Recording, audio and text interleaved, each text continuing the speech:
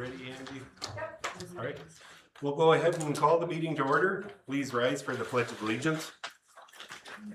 I pledge allegiance to the flag of the United States of America and to the republic for which it stands, one nation, under God, indivisible, with liberty and justice for all. Ms. Engel, if I could ask you to do roll call this evening, please. Kelly Dalen Cruz here, Terry Engel here, Amy Gerke here, Pat Tyre here, Aaron Phillips is Here. No, Aaron is missing. Yep. Lauren Shamrock Here. and Rick Schultz. Here. We have an agenda before us this evening. Mr. Mayak, are there any additions or corrections, please? No, there's no additions or corrections to be made. I would entertain a motion to approve this agenda, please. I'm making a motion to approve the consent agenda as presented, the agenda as presented.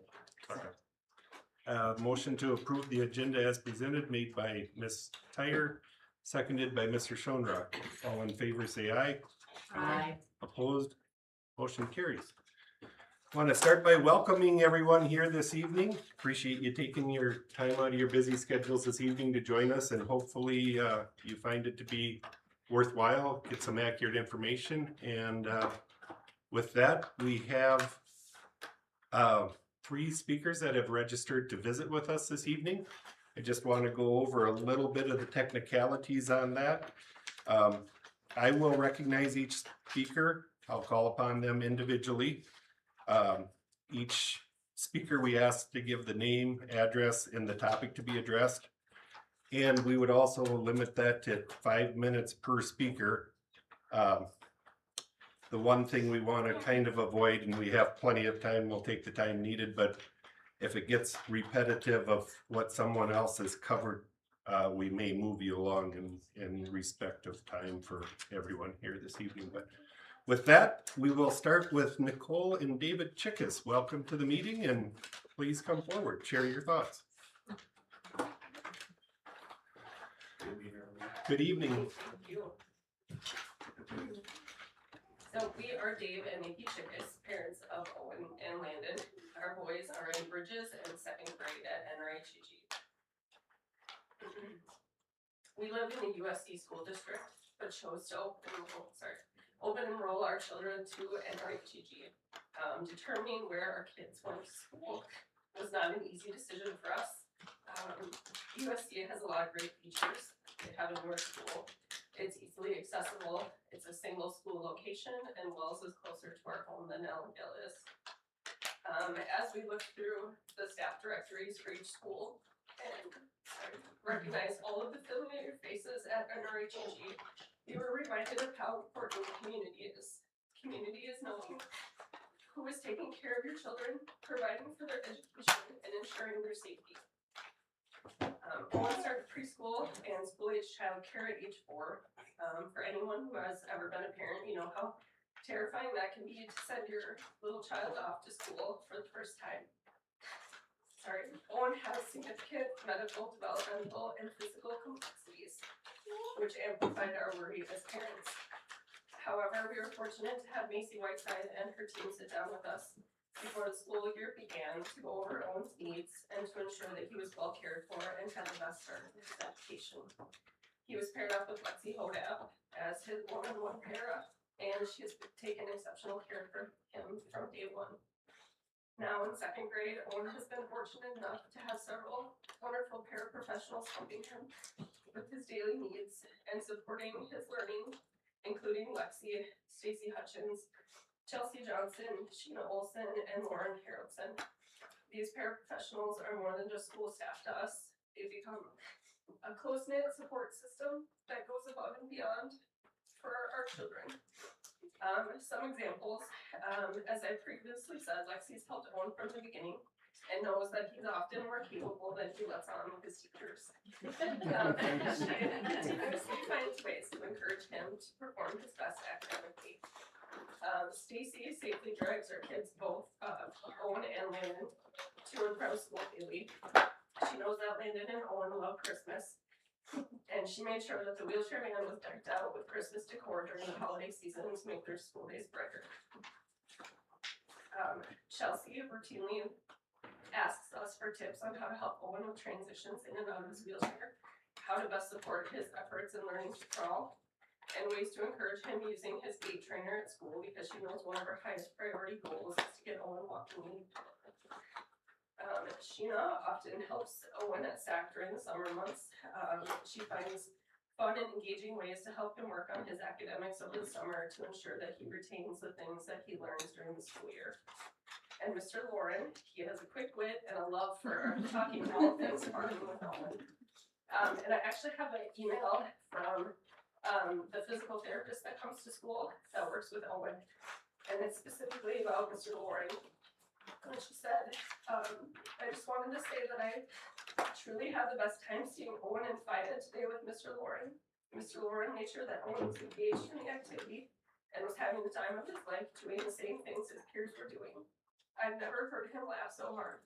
Huge kudos to Mr. Lauren. Please let him know that his efforts were really appreciated. So as you can see from these examples, paraprofessionals are an essential part of our school district. Not only do they impact the lives of students with special needs, they support education of all students within our district. They are extra support to the teachers within the classroom setting. They fill important district-wide roles such as transportation drivers, lunchroom assistants, recess attendants, and much more. If we want our students to thrive, we need paraprofessionals. In order to retain these individuals that we're lucky enough to have within our district, then we need to ensure that they are paid a livable wage. As parents in this district, we highly value the work of paras and do hope that the school board will also recognize their value and approve their requested wage increase. Thank you. Appreciate it. Yep. It's always nice to hear compliments on our staff, and we couldn't agree more that we do have a quality staff. We have been very, very thankful and Yes. appreciative of how much everyone has done for him, Landon, everything. It's been a great experience, but you hear it from other schools, Right. that, and I talked to them about what our school has to offer. Right. We're always above and beyond what other schools have done. And I'd like to see that continue because it makes us really proud to actually really be here. So thank you for that. Yeah. I know that goes all the way around all the moving parts of the school. Thank you. So Thank you for acknowledging that it is all. it's moving everyone. parts, I really can say that it's everyone. So, And thank you for choosing NRHEG. I know, I can only imagine that decision as a parent of where do you take your child, and we are very honored to have your children, and we respect that. We hope to earn that for you, so, and we do Thank you. appreciate it. great. Thanks for your Thank you time. very much.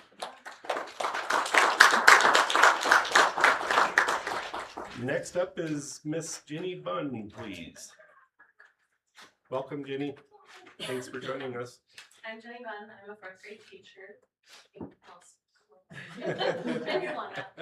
Alright, I'm here today as a classroom teacher who deeply values and depends on our paraprofessionals in our schools. Simply put, our paras are essential to the success of our students, our teachers, and our entire school community, and they deserve to be compensated accordingly. Paraprofessionals wear many hats each and every day. They manage student behavior, run academic and social and emotional interventions, they supervise recess and lunchtime, and they perform various other tasks. Many provide personal care for students when needed, and some support students with complex medical needs. The list of responsibilities as a para that they may be asked to take on is truly endless. Their work is fast-paced, physically demanding, requires constant energy, flexibility, and most importantly, patience. They are always on the go, always on their feet, and are always putting students first. In the classroom, paras often work one-on-one or in small groups of students, while teachers are leading the whole class or pulling groups. They help implement IEPs, support inclusive learning environments, manage behaviors that would otherwise disrupt instruction, and foster student independence. Teachers cannot physically be in 20+ places at one time, and I have 26 in my classroom this year. And paras make it possible for all of those students to receive the support that they need to be successful.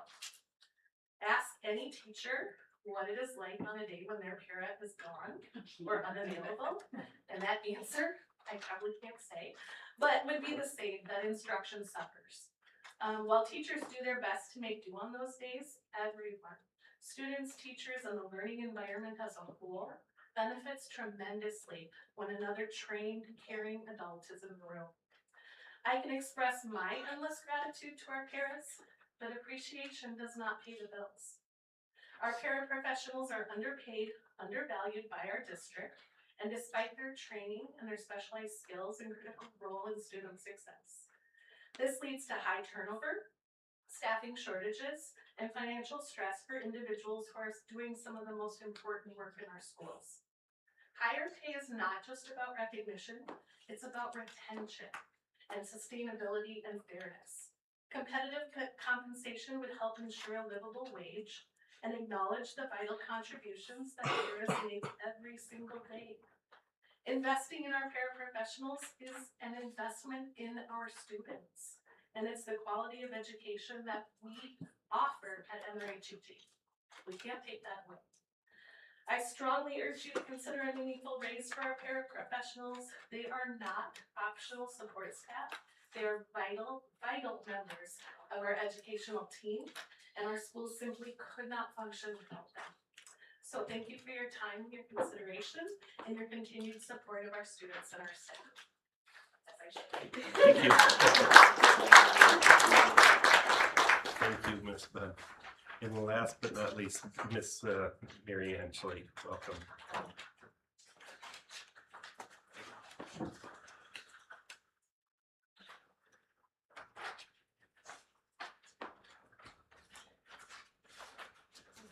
Good evening, members of the board, administrators, teachers, families, and community members.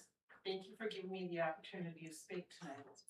My name is Mary Ann Schley. I'm a resident of an NRHEG school district and also have been a paraprofessional in the district for the past 5 years. Our paraprofessional union is made up of 23 dedicated paraprofessionals between both elementary and high school. Many people hear the word paraprofessional and think of someone who simply assists a teacher. As a paraprofessional, our days often begin before instruction starts. We help students arrive safely, regulate emotions, and prepare for learning. Throughout the day, we work one-on-one in small groups with students who have disabilities, learning deficiencies, behavioral challenges, and medical needs. We reteach lessons, help modify assignments, collect data, assist with implementing IEP goals, and support inclusion in general education classrooms. We de-escalate crisis and help when students feel overwhelmed, frustrated, or afraid. We help students manage conflict on the playground at the elementary school and help students with advanced math classes at the high school. This is a snapshot of our work. Being a paraprofessional here has allowed me the opportunity to build a relationship and get to know students I work with. I know their abilities, their strengths, and most importantly, their needs. I am also a grandparent that has grandchildren in the district who have learning needs, and I know how they have built relationships with their parents that have returned and continue to work with them. When a paraprofessional leaves, students lose trusted adults. Teachers lose critical support. High turnovers hurt and the very children our district is committed to serving, especially students with disabilities. We do work because we care deeply about students. We care, but caring does not pay the rent. Many paraprofessionals in this district work additional jobs. Some qualify for public assistance. Others leave the profession altogether, not because they want to, but because they cannot afford to stay. We have made great strides in our contract the last few rounds of bargaining, and we recognize that. The round of negotiations and tomorrow as our negotiation team heads to mediation with the school board, we are asking for fair compensation that reflects the skill and responsibility that this job requires. compensation that allows paraprofessionals to remain in the profession, grow in their roles, and continue supporting students. Compensation that will attract quality paraprofessionals to our great district. We are proud of the work we do for the students of this district, our students, your students. And I'd also like to take a moment to recognize that this is Paraprofessional Week, Recognition Week, as proclaimed by the state of Minnesota.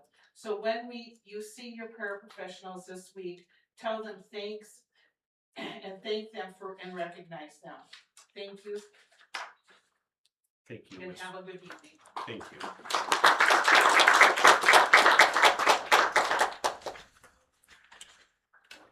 All right, again, thank you all for coming and sharing your thoughts there. You are accurate. We enter into mediation tomorrow. And so we're hopeful that that can be successful. With that, Mr. Mayak, we will turn over to your superintendent's report, please. Yeah. And with mediations taking place tomorrow, we wanted to share an update and audience, you're more than welcome to stay for the remainder of the session. And the first thing on our agenda is to give the regular board members an update on the board committees work that they have been doing with the negotiations. So stick around for this part, stick around for the rest of the meeting. It's completely up to you. So we'll go through these slides here and just give an update as we head into tomorrow. And once we enter negotiations, obviously, then the rest is up to the hands of the mediator. So slide one just gives a quick little update as I actually was mentioned in the public speaking here, that the last two settlements with our paraprofessionals have been above the average of the settlements within the district. Last settlement for the 23-25 school year was at 17%, or just over 17%. And the 23-25 settlement was at 15.35%. And when I was impressed with the board, the negotiating committee was recognizing the need that the contract needed to be upgraded, that the board recognized and worked well with the paraprofessional negotiators, that there was a large gap that needed to be filled. And over those last two settlements, 33 or 32.8% growth was obtained in those last two settlements. So kudos to the two sides for coming together and bringing the contract up to speed and getting that to a much better spot.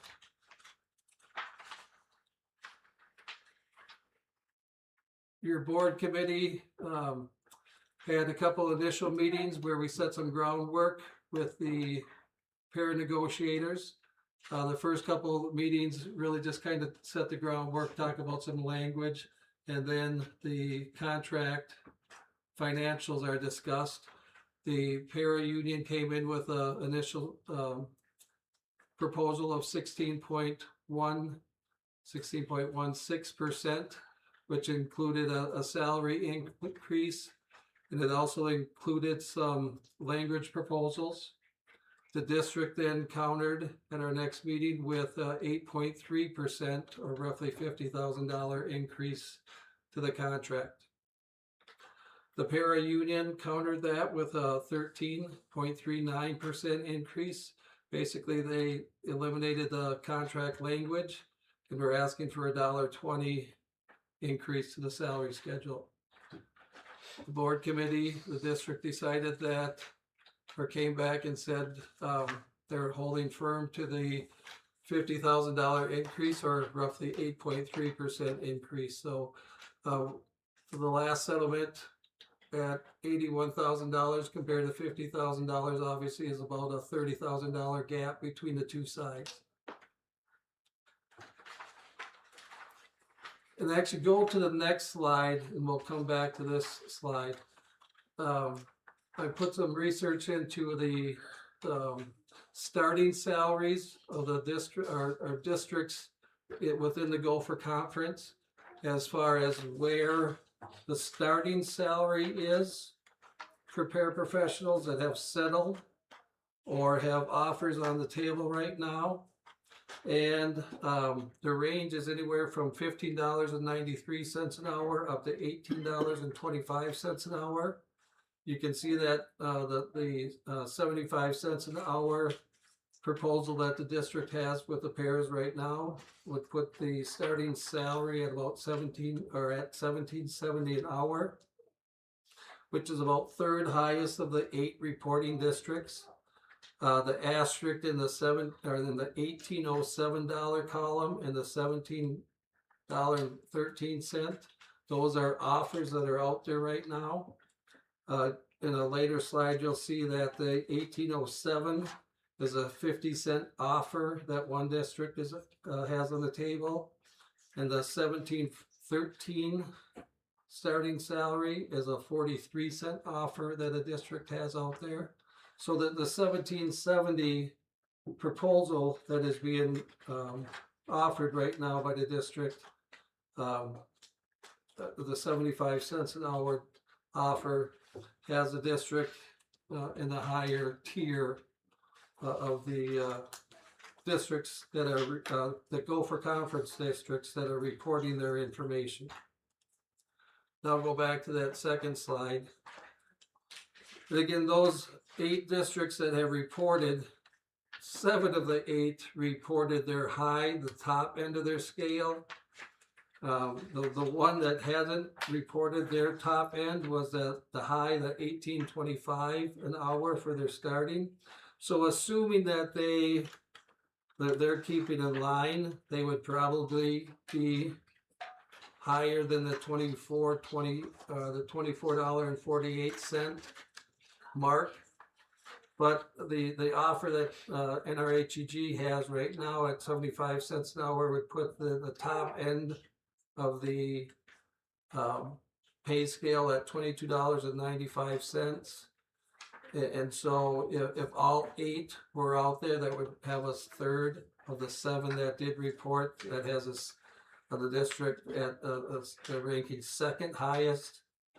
And now going down that scale, the $20.64 has an asterisk by it, and the $20.23 wage has an asterisk. That again is the offer that's on the table.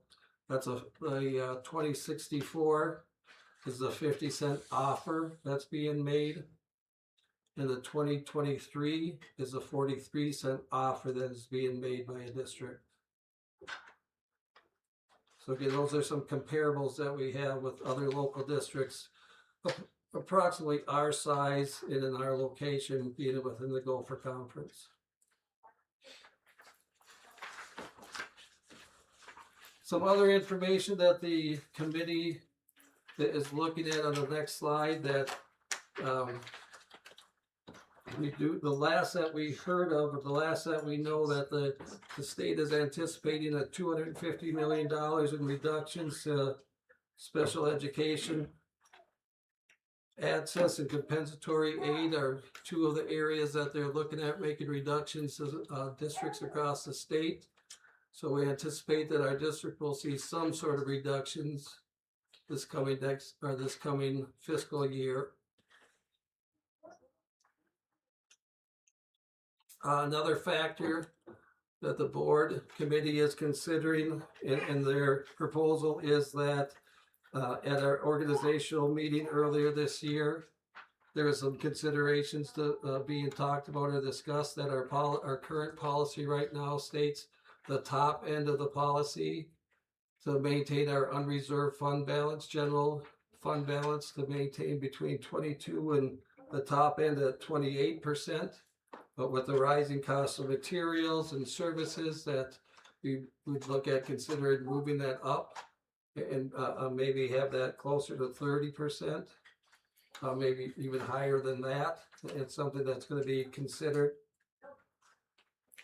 And then finally, again, a point of consideration in our negotiations with the committee is that the 8% that has been settled with the teachers and other contracts within the district is right in line with the 8 or 8.3% that the district is offering with the paraprofessionals.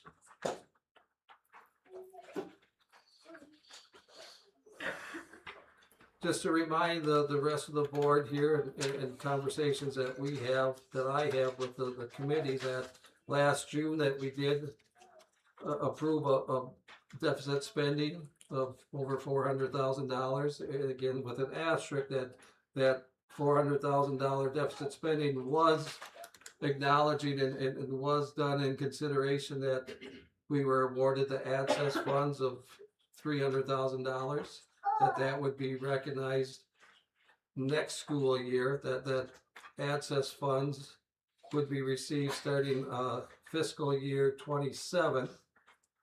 And so again, deficit spending that kind of money, knowing that additional revenue would be received coming in after it's a reimbursable fund, so that would be spent this year and then received next school year. Even it's early, but some of the early projections that, and it's assuming that revenue doesn't stay in pace with expenditures, that if we can broadcast or project outward, that again, expenditures are going to outweigh revenue, that we project even with the access funds being calculated in, we're going to be looking at $200,000, maybe up to $350,000 of deficit spending for the 26-27 school year if reductions of staffing or reductions of programs aren't considered or aren't made before the end of the school year for next school year.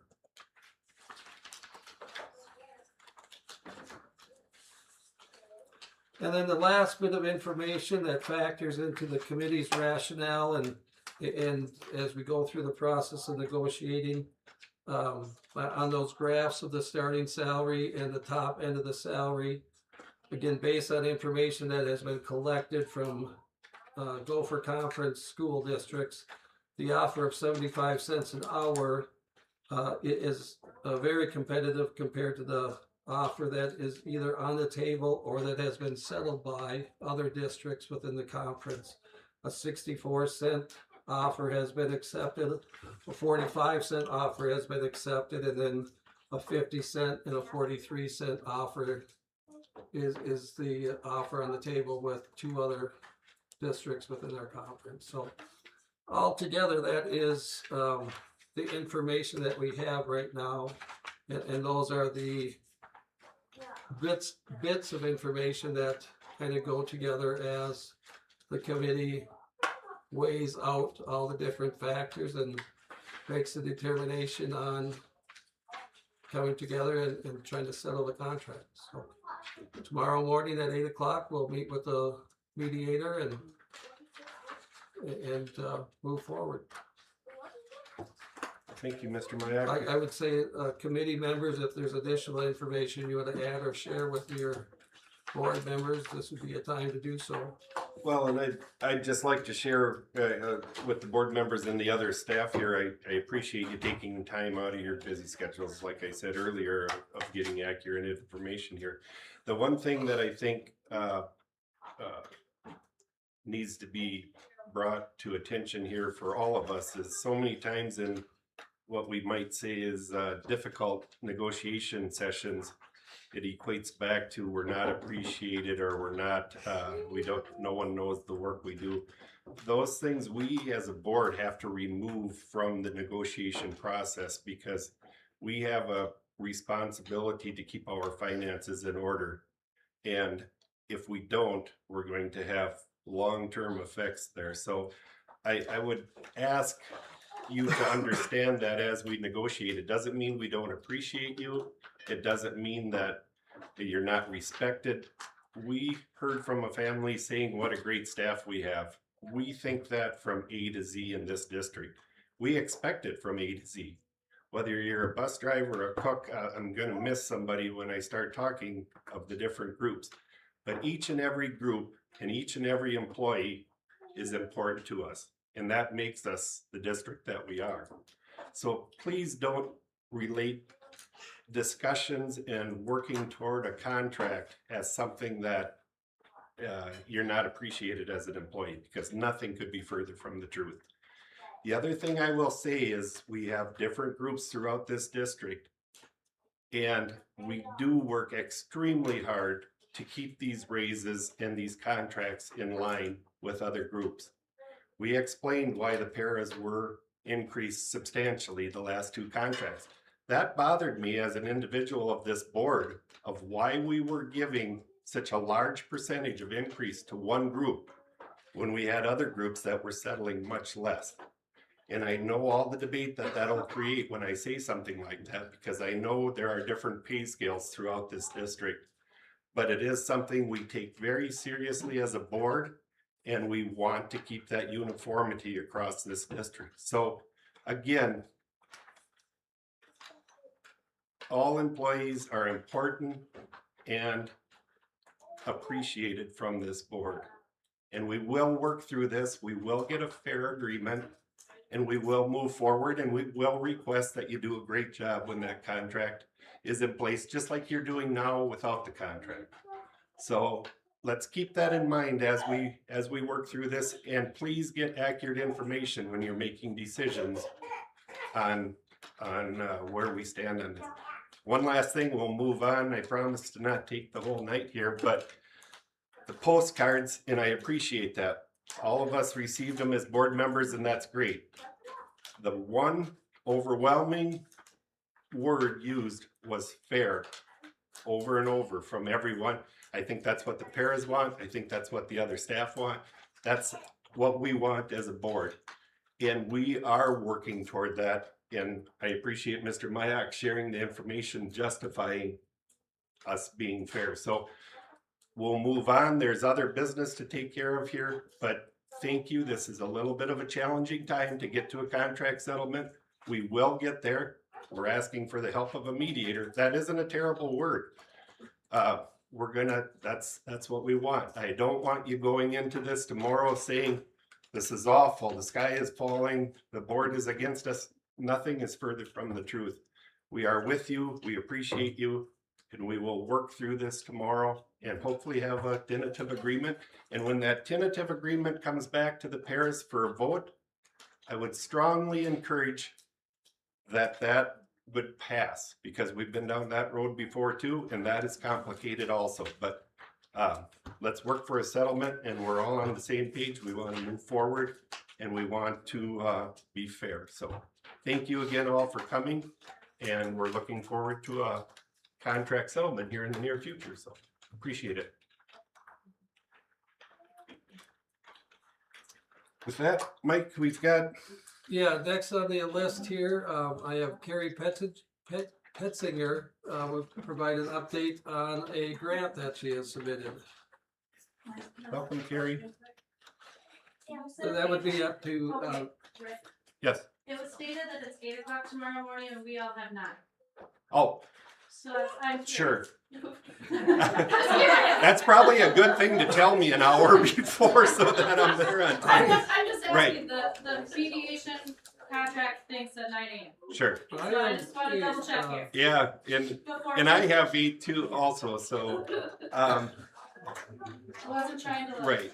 No, I I just want to know that I'm where I am when I need to be. absolutely. well, let's keep it at 8. Right. That has us, Yes, Time an to hour, meet. absolutely.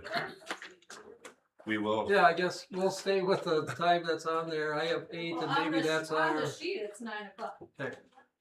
So, okay, thank you. thank you. There's more exciting information coming on. I hate to lose the crowd. Thank you. Thank you, guys.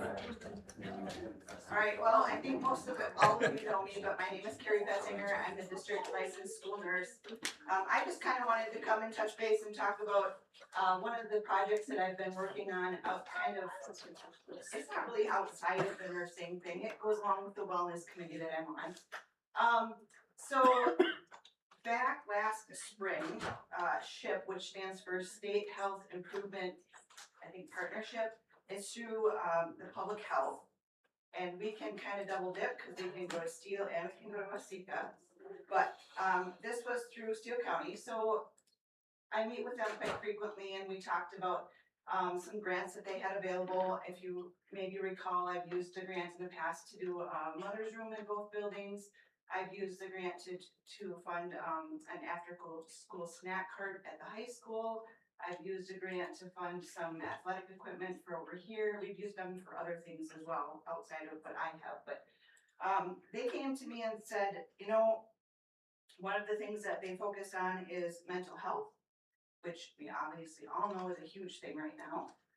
And they said we are able to fund a grant for an area for kind of, they call it a calming room, for staff. And so at that time, I went back to the principal and kind of said, you know, is there any area that we could use to have this space? And at the time, I think we weren't really utilizing the mother's room. However, in this building, it is quite large space. So we thought, okay, well, maybe we can, you know, kind of divide up the space and have 2 areas in that room. So, I went ahead and applied for that grant in the spring. And late spring, the grant was approved for the funding that I requested. So over the summer, I went ahead and purchased the supplies. And then late summer, early fall, right before school started, I was able to put the room together, kind of rearrange it, so it kind of had 2 separate areas. And then of course, finishing up the grant requirements. So this is some pictures of the rooms. Things that I was able to get funded in there were some mindfulness cards, adult coloring books with colored pencils, whiteboards with markers, noise canceling USB headphones, a beanbag chair, a Zen garden, a salt lamp, yoga mat, some exercise equipment, a lap desk, and a bookshelf. And so you can kind of see those things, and this is kind of a wide angle of the room, so you can kind of see that this side is kind of more the wellness, and then that side is more the mother's room. So when there is a nursing mother that needs to utilize the room, she's able to go in there and lock the door so no one can interrupt. And then if it's unlocked, it can be utilized for the calming area for staff. So I just kind of wanted to share that. That's one of the things I've been working on. I'm hoping I can do the same thing at the high school, but we're having a little trouble finding a location to put it. Since the high school is pretty limited with space. And obviously it doesn't need a huge area, but it needs an area. And the mother's room over at the high school is way too small for that. So that's one of the things I'm working on. And I guess the other one that grant-wise I'm working on, we'll talk about in the fall, I'm sure, maybe even a little bit before, but that's a big one, so we'll talk about that some other time. But I just wanted to share this with you guys. Appreciate that. Thank you. Thank you. Thank you.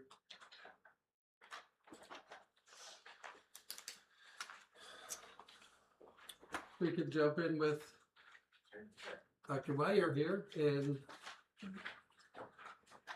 Good evening, Welcome. everyone. Thanks for having me. Just a few things. I did add a few things on there. But I would like to say, if you ever need to find me, I might be in that common space. It's a very nice space, and I appreciate you that curious, so that's very nice. I would also like to thank Finley Wings for the donation to our elementary classrooms. Teachers are able to use that money for their classrooms and students, so that's very exciting. We're very appreciative. Also for the Freeborn County Co-op oil, they've given a very generous donation for our elementary outdoor garden and our STEAM project, so we're excited to get that started. Getting going with our woods department, they're starting to build those gardens for us using that donation. And for sure getting that ready for next year. We'll see how it goes for this spring, but yeah, very excited to do that. We finished up our benchmark assessments. Had a great planning day today, looking at our PLCs, looking at our curriculum, had a really good conversation about those things and how we're progressing for this first year with our CKLA curriculum. Report cards will go up the 23rd. We have our big celebration for our second quarter celebration. That'll be this Friday. So we're excited to do that. And a really fun little tidbit is our teachers and our kids made Panther Pride videos. So that's, I'm looking forward to seeing all those, and we'll share this with the students on Friday too. And then we just have our book fair and parent teacher conferences coming up next week. And the big thing too is also our just an amendment that was put in the handbook too for our attendance, just to kind of clean things up a little bit on our attendance and make it a little bit more informative for parents and families, so it's a little bit more understandable on how things work. So, any questions for me about anything? Well, thank you very much. And there is a link on to our January newsletter as well. That's posted on our website as well. Thank you. I will ask that if you wouldn't mind sticking around too, to the, you have the, attendance Yes. amendment. You could speak on that. Want me to speak to that now? If you want to do it now or at, I can do it right now. okay, yeah. Okay, so basically, what's laid out is, it's a little bit more informative, that lays out what is excused absences, what is unexcused absences. So it lists, our policy that was taken from previous handbooks, that's what's in there currently. It's a little bit more generic, but so I wanted to be, talked about it, met with, our social workers and our school counselors, also working with the county to make sure it also lines up with county, pieces with elementary students and families, and how things work a little differently than middle school and high school attendance. But it lays out what is excused and what is unexcused, and we're just asking parents to, even though they may email or contact the teachers, it's really important for them to call that attendance line and also call the office, because there's sometimes a big mismatch of, parents may call with good intentions to the teachers, but teachers get busy, may forget to let the office know. So it's just really important, and we're putting that in there to make sure that we call that attendance line in the office to make sure we know that, so we can mark that correctly. See, unexcused absences, there's consequences that are listed in things that we do, sending letters, looking at, sometimes I meet with families just to see if we can support families a little bit better and how we can help with that. And then their tardies, whether they're excused, unexcused, that's laid out as well. The big thing too that is changing is the arrival times in the mornings. Right now, it's a little different. So if a student or families arrive between 8:30 and 9, that will be counted as a tardy. But after 9 o'clock, between 9 o'clock and 11:30, that would be an AM absence.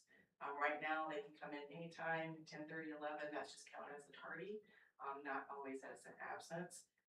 And then in the afternoon for PM absence, if they leave between 11:30 and 2:30, that would be a PM absence. Just kind of define some of those pieces and how things are categorized. Any questions? Appreciate you addressing that. That's very important. I detect that the importance here is to keep students in. Right. We want to make sure we know that things come up, and families there have different emergencies and different things that come up, and just making sure there's that communication piece that's really important. And then also, students need to be in school as much as possible, and we want to make sure that happens and how we can support parents and families to do that. So just having that communication is really important between the school and families. So, Thank you. thank you. Thank you. Mrs. Peterson.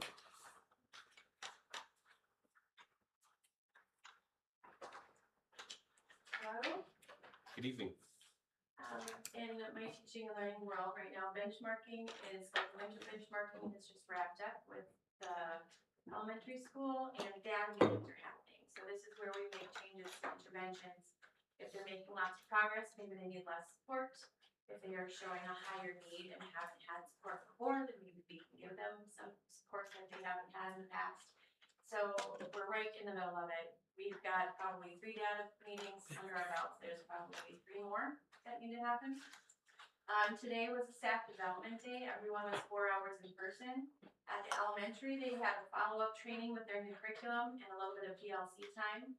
At the secondary, there was 3 individual sessions, and the staff kind of rotated between all 3 with about 50 to 55. It ended up being 55-minute sessions. The school counselor, so like Liz and Taryn and Brooke hosted one. on, kind of social emotional, keeping students in the classroom, like keeping us, strategies to keep them in the classroom if they're high anxiety or something's going on, they're quick to get out. So strategies for teachers to help keep kids in without the need to have to go out all the time. One was Mrs. Ressler presented a rotation on what parents and students want their teachers to know from the eyes of the dyslexic. So her personal experiences she shared with staff and what she wants other teachers to know and what her experience has been as a parent. And then I taught breaking apart words. So now that MDE, all the data has come through, their number one recommendation for secondary instruction is everyone needs to know how to break apart words and help support those students in content level. We have 4 syllable words instead of just telling them what it is, show them the strategies on how to break those words apart. So that's what I presented today. And then everyone had a chance to update their teacher growth and development goals and share a little bit of information with others. Today, maybe at the high school, I don't know if test materials were delivered, but they were supposed to be delivered either last Friday or today. So the first batch of test materials is for ELL students. We only have 3, so that will be happening within the next week and a half or so. I have test security training out for all office staff and custodians, about 20 people that need to do that. Anyone who either has access to my office or access to my office or would ever have a chance to see materials need to do the test security training. All of the other staff have different administration roles, so they've got a little bit more intense training. I did put that out prior to today, just in case they wanted to do it during their planning day yesterday, and I had a handful that finished it yesterday. So pre-test editing. So even though WIA is going to start up, all of the back steps are happening to get MCAs in line. So I'm already putting in accommodations. Those are due by the end of the week. That teacher training for administration, and I'll send out a quick parent notification, just here's the dates. And then Mr. Myhock and we have been talking about something we can do to help incentivize instead of opt out. So that's what I'm working on. And that's what I left you the notes that was included in a newsletter back in December. So I'd like to take a couple minutes just to brainstorm, walk through this. If we should make this like an action item in our February meeting, if you think it needs to have board action. It doesn't, other than the fact that it would be some reduced revenue. It's a big step. But I guess if anyone's got any thoughts or ideas on this sort of incentive and getting, there's one train of thought that we could go district wide and have student passes free for students. Some district schools are doing that already. I don't want to say many, I don't want to be leading and give you information that's leading, but there are districts, there are schools within our conference that do allow 7th grade through 12th grade, 6th grade through 12th grade students into their activities for free. We charge $60 for a season pass, so that's obviously some revenue that comes in. I don't have any of those numbers if we sell 100 of them, 200 of them. If we're talking thousands of dollars, tens of thousands of dollars. We do have a substantial amount of students that opt out. I feel like 3 years ago, there was a really big bubble. And then it shrunk a little bit the last 2 years. There's still a significant amount of people that decide to opt out. We don't necessarily advertise it, but the parent opt-out refusal form is in the handbook. Pre-printed, it's on the link, it's in there. It's also on the district assessment page. lo and behold, someone will get a hold of it and decide to pass it out to friends, to, It's usually the kids that start it. yes. Yeah, my son was a junior that year that the junior class exploded and they all Yeah. just kind of ganged up and decided, hey, we're not. They were all doing it. gonna do it, they showed up that morning with opt-out forms from parents.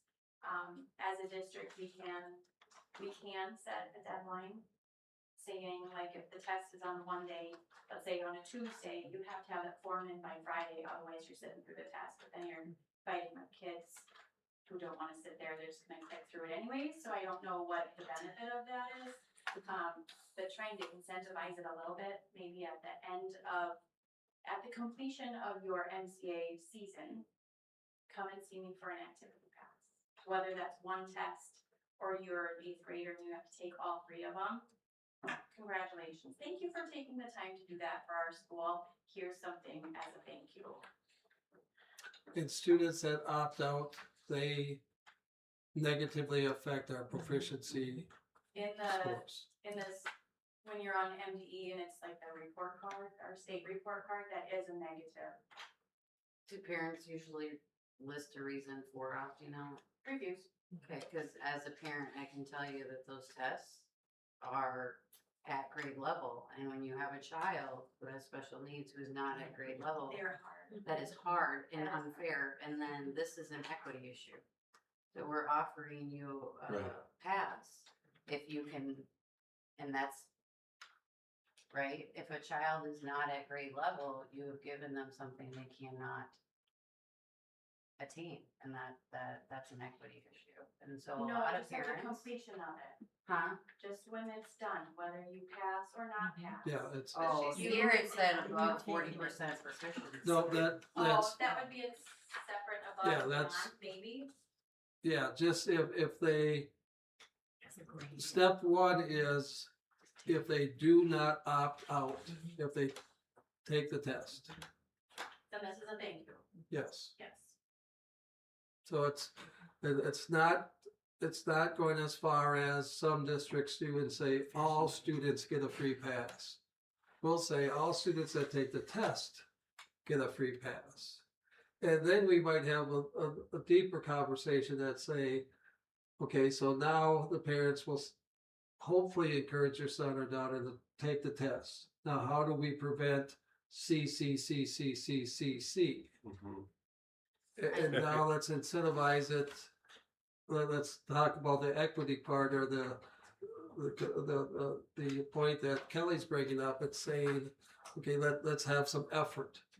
And if your grade level meets this proficiency, or if your grade level has a high, the highest proficiency level or meets proficiency level, then that grade level could get another 10-hole punch. So how does that work if their parents have it listed on their IEP? that they're Exactly. opting out? Yeah, totally different cover. Then Okay, Laura- so I'm just, Yeah. I'm Then trying Laura to, would come as in an and- educator, Yeah. I'm thinking about this in a lot of different ways, right? Yeah. Like, I understand, as a school board, we want these kids to take a test, we Yeah. want it to benefit us as a board.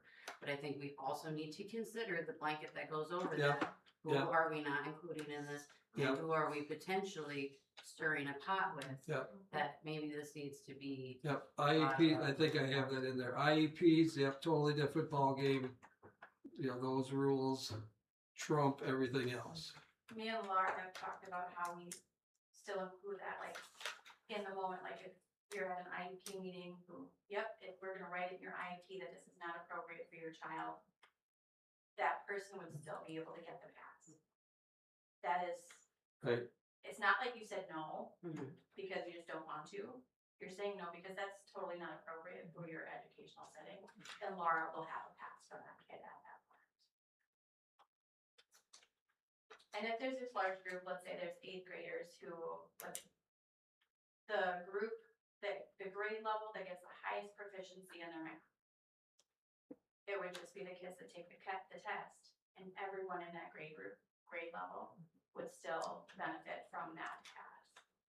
So if those, 7th graders just absolutely rock the math test over everyone else, then every single 7th grader, for their effort and their hard work in class, would be is rewarded for their hard work and working hard on that test. Let's just say, 'cause maybe I'm not understanding this, but let's just say that 90% of the seventh grade kids took the test, 10% didn't. So then at the end, when they rocked the test, what happens to that 10% that didn't They're take? still the grade level. They would still Oh. celebrate with their grade level. Okay, Yes. all right, I didn't quite. I love the idea. I don't know if it's enough of an incentive because parents are paying for those passes. So the kids are like, I already have a pass. My mom buys that for me. I'm not taking the test. Yeah, it might That's be. that's my only argument, honestly. I think it's a great concept. I think I just And think then tests it- to participate. I wish it wasn't an opt-out option period. Right. Like just say, hey, you know what, you guys, we take these tests because these tests benefit our school. End of story. I don't want any argument. It's like what we do with our kids. No, you don't get to not clean your room. Right. We have company coming over and you're dirty under, I just wish we could get it in the kids' heads. And it only takes one kid to say, hey, did you know we didn't have to take this test? And then before you know it, I had the son that came to me too. I'm not taking it. I'm like, you have, and I couldn't argue with him. He's like, I'm just going to mark C's. I'll be done in 10 minutes. I'm like, well, you either do that or you go to the library and you do homework. I guess I'd rather you do homework. And I had the high school adults last week tell me, don't tell them all the benefits of taking the test, like learning how to take a test well, learning how to cope when it's difficult. It doesn't affect your grades at this moment, but in the future, a high stakes test will. So learn these skills when it's still a learning environment instead of a detrimental environment. They said, yeah, don't tell anyone about those things, just tell them about the pass. They don't want to hear this part. Well, they won't hear any of it. They'll only hear that they won something. Yeah. Yeah. So, I mean, in all, that's all kids want to do is win something or have something. So I get that. I wish it was just black and white. And not we there's do shade have gray time, area. yeah. but at least we can open this up. Yeah. Kelly brings up some good points too, and Yeah. and because I said so, I don't know if it's gonna go real far. I don't know why. A little fear is not a bad thing. At one point, and Kelly, I don't think you were in education at the time. Pat and Terry, you were, that you pass these or you don't graduate. That was pretty solid. And that failed miserably. Yeah. So one Well, you room had to school. pass an eighth grade math. Yep. Yeah. And if you did, they were coming, parents were bringing their kids to summer school Oh. and it was And we great. had valedictorians and salutatorians not passing that test and stressing out, and it was. Yeah, it Do you was. think this is weird? Do you Yeah, think it could Deb, be you like? were around, and Jen, you were Yeah. around. Think it could be like an MCA party. Like, hey, we're having fun. We're taking tests. We're getting smarter. We're gonna have pizza for breakfast. We're gonna.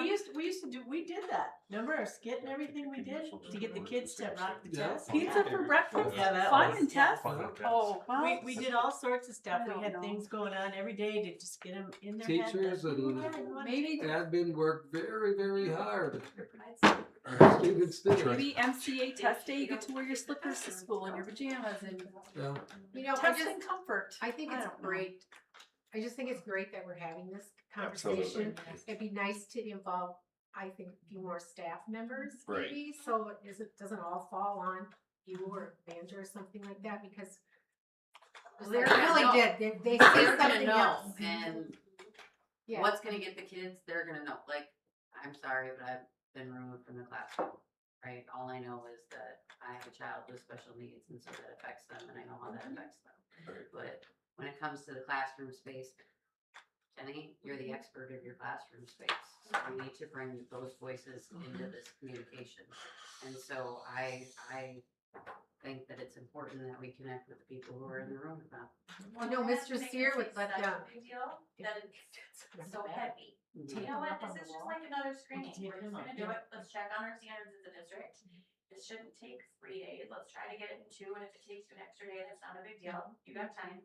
And we try to make it not such a big deal, then maybe, well, it's just I've already done one 2 months ago, I might as well do another one, maybe it's a little more I know I'm not supposed to talk, but can I? Uh, Also, like setting those goals for some students, like Peyton is an amazing student and could test well. Her score was always up here, but she even talked about a teacher setting goals where you had to increase your score by this much. She can't, Right. because she was There's only nowhere like to go. a few points Right. away. Right. Yes. So she was like, I'm never gonna be able to achieve that. So why should I try? And I'm like, no, go take the test. So like there has to be discussions there too, where Right. some kids can't increase by a certain amount and others who are lower can't get to that point. You know, so like it's I hate these tests. I Like really the do. score is not, like the score is reflective on us if we're meeting our standards well. It's not necessarily a huge reflection on what the kids are learning. But I'll also disagree with that. Right. Because third grade takes the test, fourth grade takes the test, fifth grade takes the test. There is always a dip at fourth grade nationwide. So I've contemplated moving grade levels just because I don't want to teach that dip anymore. But I know, because I love fourth grade, but I don't know, the test is biggie. I think what I'm hearing here is that you're on the right track of yes, the test, and I think the challenge is how do you do it uniformly and fairly and get the results. My first question with this approach is, so is that going to gain us 5 or 10 or, and you don't know the answer, that's not a fair question, but I think work on it is what I would lead. I don't think we're going to solve it as a board and tell you. I think Well, and the other, not all grade levels take MCAs, so now Ninth you're grade. leaving Sure. like complete grades out of. So ninth Yeah, graders, if they options. don't take the MCA, they could come to open house and they could redeem that activity pass. That's a draw. sure. So that would be an incentive to get them like at the beginning of the school year open house. Here's your activity pass, thank you for checking it. But also the MCAs are made in March, so is the pass for the next year? Yes. Okay, Yeah. just checking. Yeah. But then we have to Like stay, that. then we have to stay consistent. Right. There's Yeah. no reason to deviate from any sort of plan ever. Just make it consistent for forever. And to be clear too, For we're not indefinite. looking necessarily for answers, we're looking Right. for like, Support. this is lost revenue. Right. Right. I think I don't want to speak for the board, but bring us a good plan and I think you'll have our support is what. And I wonder if not I only feel. just adults deciding what the kids are doing, what do the kids that's- want? Like, Yeah. not that we need 48 opinions from each classroom, that's not what I'm saying. But can we That's, ask a few kids, hey, like, what stresses you out about this? Like, what is it that you don't like? I mean, truly, it's 1 or 2 days out of the whole school year. What is it that you don't like about it? That's a good idea. Because maybe we can help make it more fun. I say the word fun, but kids just want to have fun. That's all they want. And free candy. But I think we could get a few parents involved too, because that's gonna, get around between the parents to get them. If we can get a group of parents motivated, that'll spread too. because if one kid can influence a whole class to not take the test, can one kid influence the whole class to take the test? right. And you know what, you guys, let's just tough it out. We're gonna do our best. Right. We're gonna make our numbers One look good. snapshot, Besides, yeah. you can go online and see how awesome we are compared to other schools. Maybe kids need to learn how to use that program and see how awesome we are or unawesome we are. I don't know. Just some thoughts. Okay, thank you. Yeah, thanks, appreciate Thank the you. comment. Yeah. You have a weather, or are we done with administrative? I hope I didn't miss anybody and jumped into. That's it, that we have present. I like how you highlighted the website here that you're using. You want to just brush on that? Yeah, I quickly? just thought, especially with the forecast coming up for Friday, be good just to throw this out there that we did add this. Sarah put a lot of work into it as well, just to put this out there. There's no, it doesn't make anything easier. There's no cut and dry number of inches of snow, wind chill factors, anything like that. But more importantly, it just kind of outlines it. That says, here's kind of the goal. We want to have decisions made by. We do use the weather forecast. We do communicate with our neighboring districts. We have the time frame set up there, keeping your child home if the district stays open is an important statement out there that we look at obviously the main roads and whatnot, but if you're on a county road, a gravel road that isn't plowed until different time frames and whatnot. So with the windshield advisories and things like that, are we looking at exposure times as well? Like the amount of times that students are standing Yeah. outside for, Yeah. how long they could potentially be in the inclement weather, children who, I'm just curious. 'Cause Yeah. I know in the past, some districts do have like certain temperature, windshield. Yeah, there's guidelines, and 30 below is kind of that guideline, and then changes have been made how they determine wind chill. If it was 10 feet above the ground or 20 feet above the ground, that's changed over time too, and so it's now, I don't know if it's worse, better, warmer, colder, but 30 degrees below zero is now 40 degrees. The old 40 degrees below zero is now 30 degrees below zero. And it's changed it, so it's worse. Bottom line, I think you're doing a sufficient job at it so far from what, it's a tough call. Don't be There's left several on an island factors. either way. Don't be the only school to be in session, or don't be the only Right. school to. You also have to realize that it's blowing and snowing in Waldorf, but it's not doing anything in Hollandale. Right. And so people over there are like, what are you Right. talking about? Well, you Right. can't even see when you're on this side of the district, so. Right, But Yeah, there's it's hard to- three counties that you have to take into right, consideration, Long which, area, the whole. right. Yeah. What is it, 365 square miles, so. Yeah. But it's Yeah, good to about know that 45 you're not minutes. just using your own information, that Right. you're turning to some guidelines. Not Right. looking out my window in Right, Janesville and same. making a decision. I don't feel like going. So, Hey, you're doing well. if you ever get questions, there is some information there Yes. too, so. Thank you, So that is it for the Okay. superintendent's report. thank you. Any board member comments here this evening?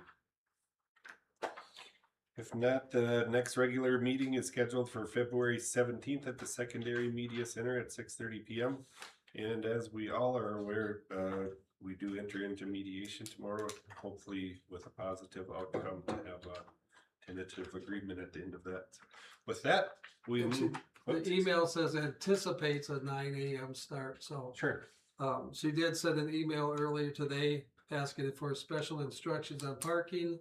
I responded and just said, the rooms are reserved for 8 o'clock. Show up and then Okay. we'll get started when we're ready, so. Wonderful. Our committee members, I guess, 8:30, and Wonderful. we'll prepare ourselves. One Thank you. kudos, can I throw one kudos? Kudos to the wrestling team and everybody who helped with Waterville the other day. Oh. I know that it's good to see that even though we're rivals, we can still be super nice to everybody and allow that space, so, good job. Valid point. Thank you. Anybody else? I didn't mean to cut that short. Anybody else? All right, with that, we'll move into the consent agenda items. Mr. Mayak, please. For the consent agenda, our disclaimer is that the board has been furnished with background materials on each item, or we have discussed it at a previous meeting. These will be acted upon with one vote without discussion. If a board member wants to discuss any of these items, we can pull it out of the consent agenda and we will vote on it separately. Before we get to that, let's recognize our donations. Our donations are as follows. We have Finley's Wings at Work for the W. Larson Gaga Ball Project, $900. Finley's Wings at Work for teacher supplies, $5,000. The elementary staff Spud Bar for the inclusive playground at $250. We have 2 vendors from our holiday hangout for the inclusive playground at $100. Pat Otto for the inclusive playground at $20. Christmas time for our music robes at $100. We have Holland Egg for our gym activity lights, $5,297.50. and Finley's Wings at Work for our gym activity lights at $5,297.50. Our January total is $16,965. And our total then is $69,216.10. Wow. And with that recognition, I would ask for your approval of the consent agenda. Make a motion to approve the consent agenda items as presented. Second. Motion made by Ms. Erke, seconded by Ms. Tyre to approve the consent agenda items as presented. All in favor say aye. Aye. Opposed? Motion carries. We had a little information earlier about an attendance amendment for the 25-26 elementary student handbook. Mr. Mayak, please. Yeah, I'd ask for your approval based on the information that Dr. Meyer presented on the changes to the attendance, or the amendment to the attendance in the elementary student handbook. Make a motion to approve the attendance amendment for the 25-26 NRHEG elementary student handbook as presented. Second. Motion made by Ms. Engel, seconded by Ms. Tyre to approve the attendance amendment for the 25-26 NRHEG elementary student handbook. Is there any further discussion? All in favor say aye. Aye. Opposed? Motion carries. We're all familiar with the READ Act the READ Act program. Mr. Mayak has before us this evening a MOU for that. Can you explain this, please? Yeah, we actually do have an MOU in place, and that is specific to a 36 hours of compensation based on the past READ Act funding that was received. READ Act training is still needed. The READ Act funding is not the same as it was 2 years ago, and so an addendum to the MOU is added. Basically the wording to this addendum reads that when the district does not provide professional development time within the school year calendar, teachers completing the required training will receive compensation as detailed in number 2 of the current MOU for all hours up to the amount recommended by the Minnesota Department of Education to be completed to complete the module. So the original MOU said up to 36 hours, assuming that there'd be up to about 14 hours of training during the regular school year. We don't necessarily provide that 14 hours during the regular school year.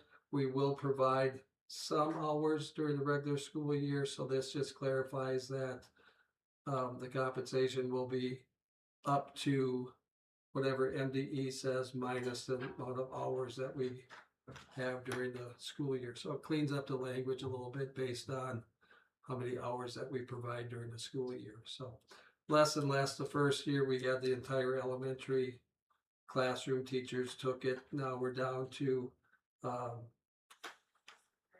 It will be the second year ELA teachers, so there might be like, did we say 7 or 9 next year? so my recommendation is to approve the addendum to the current MOU that's in place. It just clarifies the amount of hours that a teacher would be eligible for compensation. And this is all coming through the staff development funds.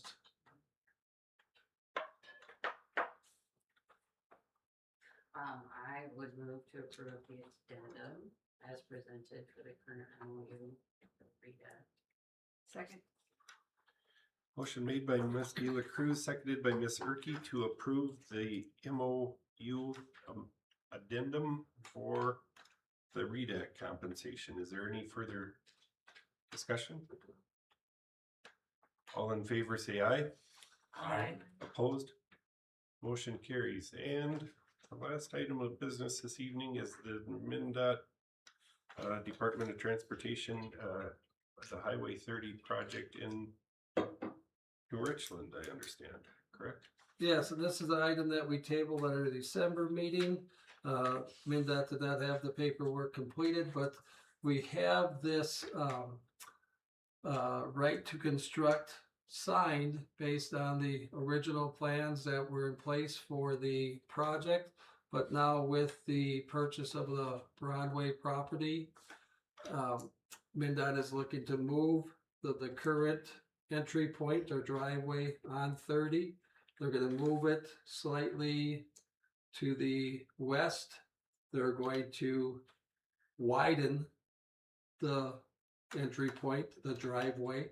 And so now a new temporary right to construct needs to be signed and sent back in. So it's to our favor that they are widening that entry point from, I believe it's Rick, 20, I think it's currently about 20 feet and they will go up to 27 feet. the way I 27, understand. maybe even 30 feet. Was it 30? Okay. Yeah, it's at least 7 feet, maybe 10 feet It wider will than be it. noticeably more convenient and hopefully address the safety concern there that we've been.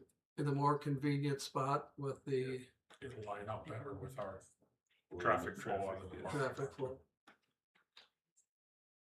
So yes, very good news that we appreciate MinDOT working with us so well through this project to get that. I think, And this was part of our Buildings and Grounds Committee. I think we discussed that at our Right. December meeting. That was part of our Buildings and Grounds Committee agenda and discussion that Mhm. it was recommended and approved in that committee. That Good. needs a full board approval, and the minutes will be part of the signature that we send in to the MinDOT. I'll ask for your approval on that. I move to approve the revised temporary right to construct with MinDOT. Second.